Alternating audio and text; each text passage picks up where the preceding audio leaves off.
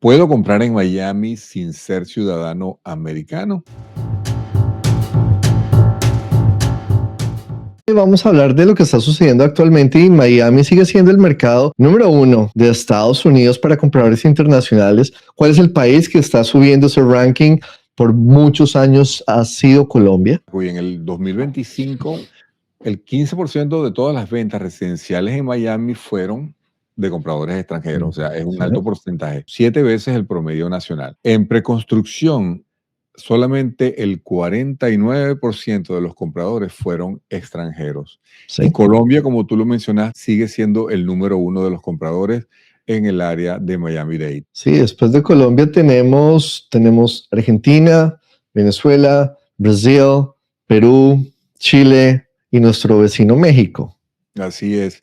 Y el precio de compra promedio para compradores internacionales fue de $558,700 en el 2025. Por Raúl, el 37, todas las ventas en Miami las han hecho cash, o sea, está entre el 37 y el El 40 y 43%. algo, O sea, sí. estamos hablando de compras que no necesitan un préstamo hipotecario. Eso favorece mucho a esos compradores porque no les importa la tasa de interés. Así está en 100%, no les importa. Y Estados Unidos no requiere la ciudadanía para ser propietario de un inmueble. No requiere residencia permanente tampoco. No requiere una visa especial. A excepción de algunas nacionalidades, la mayoría no tiene restricciones. Sí. Esas restricciones más que todo vienen por el área en donde se puede invertir. Y cada estado también tiene sus propias guidelines o lineamientos también para escoger eso. ¿Cuántas cosas necesitamos para poder comprar? Es súper básico, Raúl, porque necesitas un pasaporte válido, ¿verdad? Como dices tú, no tienes que ser ciudadano, no tienes que ser residente, con un pasaporte calificas. Número dos, los fondos para la compra. Número tres, tener un equipo calificado, tener un buyer's agent o un asesor inmobiliario que realmente te ayude, tener un abogado de bienes raíces o de real estate, y te recomendamos tener un asesor fiscal con experiencia internacional. Obviamente nos enfocamos aquí en Miami, te podemos poner en contacto con nuestros asesores y prácticamente eso es lo que necesitas. Realmente es muy fácil y los requisitos son mínimos, Raúl. Así es. Ahora vamos a hablar un poco del proceso paso a paso. Y el paso número uno dentro de este proceso es define cuál es tu objetivo. Hay diferentes motivaciones. Pudiera ser, deseas vivir en Miami, deseas invertir y alquilar esa propiedad para obtener un retorno. Es una inversión a largo plazo. Tu objetivo va a definir el tipo de propiedad, el tipo de vecindario en el cual quieres invertir y la estructura de la compra. Bueno, y el paso número dos, Raúl, sería que te pongas en contacto con un equipo de realtors. Y aquí en Estados Unidos el vendedor o el desarrollador por lo general paga la comisión del realtor. Entonces, tu agente, tu buyer's agent, probable que no te cueste absolutamente nada y de eso se trata, que tú realmente puedas trabajar con alguien que te beneficie. Y deberías elegir un realtor, un equipo de realtors con mucha experiencia en transacciones de compradores extranjeros. Y en Miami el español es prácticamente el lenguaje oficial. Se habla en todas partes. Sí. Así que muchos agentes que trabajamos con compradores internacionales de forma regular, pues tenemos el doble, dos idiomas que manejamos. Ahora, el paso número 3, busca y selecciona la propiedad. Claro. Los tours ocurren en personas o por videollamadas. Para preconstrucción, todo el proceso se hace de forma remota. No necesitas firmar un contrato, lo puedes hacer vía remota. El paso número 4, ¿cuál sería, Andrés? Realmente el paso número 4 podría ser que hagas una oferta y firmes el contrato, porque Florida usa contratos de la Asociación Nacional de Realtors. Si estamos hablando de preconstrucción, es un contrato ya establecido por el constructor, algo que conocemos como good faith o un depósito de buena fe del 1% al 3%, que obviamente esto va a un escrow account, lo que se conoce como una cuenta de fideicomiso. Y el paso número 5, Raúl, es la inspección y revisión de documentos. Sí, eso es súper importante. Si hablamos de casas unifamiliares, un inspector certificado revisará tu propiedad y te dirá los detalles que puede ver en ella, las cosas positivas, las cosas negativas. Más que todo se enfocan en las negativas, precisamente, porque las positivas las vas a ver. Las cosas negativas para que sepas qué costos pudiera tener asociados esas reparaciones. Para los condominios, revisar muy bien los estados financieros de los condominios, el balance del fondo de la reserva y lo que serían las cuotas especiales o los special assessment, que esos hay que mirarlos muy bien. Claro, este paso no es opcional, Raúl. Definitivamente, si te saltas este paso, te vas a meter en un problema que te va a costar miles y miles de dólares. El paso número 6 sería el cierre de la transacción, y los cierres aquí en Florida te pueden tomar de 30 a 45 días. Obviamente hay sus excepciones donde te puedes demorar meses, todo depende de la situación de la propiedad o de las personas involucradas en la transacción. Y una compañía de título maneja todos los documentos. Los fondos se transfieren por un wire de banco a banco. No necesitas estar presente, como dijo Raúl, y un poder de notarizado realmente le permite a tu abogado firmar en tu nombre.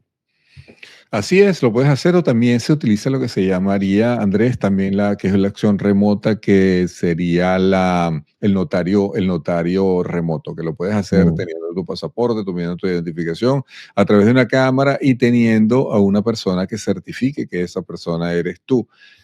Preferiblemente, si ya tienes una relación con tu realtor, el realtor puede firmar lo que se llama un affidavit de que tú conoces a esa persona y da fe de que eres tú. Ahora, hablemos un poco del FIRPTA, que esto sí afecta muchísimo a los compradores extranjeros, Andrés.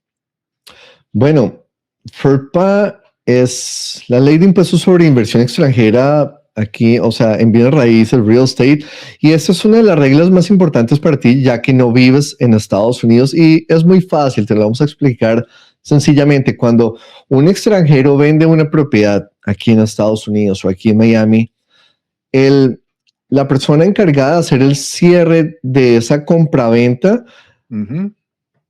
te va a retener el 15% del precio bruto de venta, ¿verdad? Aclaremos aquí, Andrés, para que no se cree confusión, no es el vendedor. En este caso sería, no, aclarando, o sea, lo que estás diciendo está bien, pero puede crear confusión en las personas. Ese 15% va a una cuenta de fideicomiso, claro, eso no lo toma nadie, eso lo tiene la compañía de título o el abogado que esté manejando la transacción, y luego él solamente actúa de acuerdo a las instrucciones que le dé el IRS, que sería los tributarios acá, el ente tributario. Claro, y no es un impuesto que pierdes, o sea, es una retención contra tu declaración de factura de lo que vendiste la propiedad, y un CPA, un Certified Accountant. Un contador, gracias, es quien va a presentar esa declaración, y vas a pagar la ganancia de capital que realmente corresponde, y el resto te lo devuelven. Así es. Y el FIRPTA aplica cuando vendes, solamente cuando vendes, no cuando compras. Son dos impuestos más que debes conocer, Andrés, y que son súper importantes. El impuesto predial anual, que es anual. En Miami-Dade está alrededor entre el 1 y el 2%, más hacia el 2% del valor tasado por año de la propiedad. Claro. Por ejemplo, en una propiedad de $600,000, esto es alrededor de entre $6,000 y $10,000 al año que debe ser pagado. O sea, los ingresos por alquiler son gravables. Como propietario extranjero vas a pagar que el 30% sobre ingreso bruto por defecto. También podrías elegir como contribuyente residente para que tus gastos sean reducidos. Y un contador con experiencia en compradores extranjeros es quien va a poderte ayudar a determinar qué opción es la que te favorece. No compres en Miami sin un asesor fiscal internacional, es sumamente importante. El costo del asesoramiento, lo que te va a costar esa consulta, realmente es bajo en comparación con lo que pudieras perder, y el costo de los errores es sumamente alto. Raúl, hablemos de algo bastante interesante que yo creo que va a llamar mucho la atención. ¿Qué tal ofrecer a los compradores, o que los compradores recibieran dinero por la compra de esa propiedad? Porque la mayoría de los compradores latinoamericanos no tienen la menor idea de esto. Y aquí en Florida hay agentes que reciben un pedazo de la comisión y lo distribuyen con el comprador. Y algunos agentes están haciendo esto en el momento del cierre. Y eso es lo que se conoce como rebate. O sea, imagínate una propiedad de $700,000, Raúl. Mira, un rebate representa miles de dólares que pudieran regresar a tu bolsillo. La ley de la Florida lo permite, es completamente transparente y es legal. Pregúntale directamente a tu agente, ¿ofreces un buyer rebate? Pero Raúl, ¿qué tal si hablamos dónde comprar? Porque ahí tenemos muchas áreas súper atractivas y los compradores latinoamericanos están, digamos, muy enfocados en ciertas áreas. Tenemos Brickle, tenemos profesionales de finanzas y ejecutivos, compañías tecnológicas, precios que van entre $1,200, $1,800 por pie cuadrado. Después nos vamos a Edgewater. ¿Qué tenemos en Edgewater, Raúl?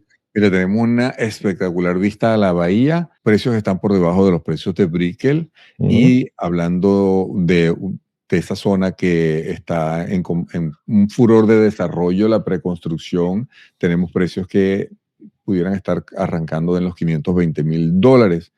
Y un poquito más al norte tenemos a Wynwood, que es donde hay la oportunidad de tener alquileres a corto plazo en preconstrucción, que son precios alrededor de los $540,000. Si nos vamos, vayamos a Coconut Grove y Coral Gables, Raúl, porque ahí es donde vemos familias súper estables. Realmente hay un público muy enfocado solamente en Coconut Grove, Sí. Coral Gables, y de ahí no se salen. Es una zona muy exclusiva y muy linda, Andrés. Por eso, o sea, para familia y con un buen poder adquisitivo, es una zona ideal. Y si nos vamos ya, vayámonos al oeste de la ciudad o del condado, cerca de los Everglades. ¿Qué encontramos en el Doral, Raúl? Mira, esa es lo que le llaman Doralzuela. Es una zona caracterizada por la migración de venezolanos a esa área. Les encanta al venezolano esa zona, pero también hay otras comunidades latinoamericanas que les gusta esa zona. Hay buenas escuelas y hay muy buena accesibilidad. El Doral, si cogemos camino a la playa y llegamos a Soñados, tenemos directo al espectacular océano con un color increíble, una alta concentración de compradores latinoamericanos. El territorio de Soñados es aproximadamente a 1 milla. Y de longitud. De longitud. Y dentro de esa milla hay una gran concentración rusa y Latinoamérica. Es una mezcla espectacular. Si tuvieras un activo en dólares protegido del riesgo cambiario de tu país, ¿cómo cambiaría tu posición financiera? Bueno, Raúl, Miami realmente ha liderado el mercado internacional por más de una década. Si tú estás viendo este video, ¿qué te ha impedido tomar acción? Cuando la economía de tu país cambie, ¿a dónde irá tu capital? ¿Puedo comprar en Miami sin ser ciudadano americano? Y la respuesta es sí. Sin ciudadanía, sin residencia, sin visa de inversionista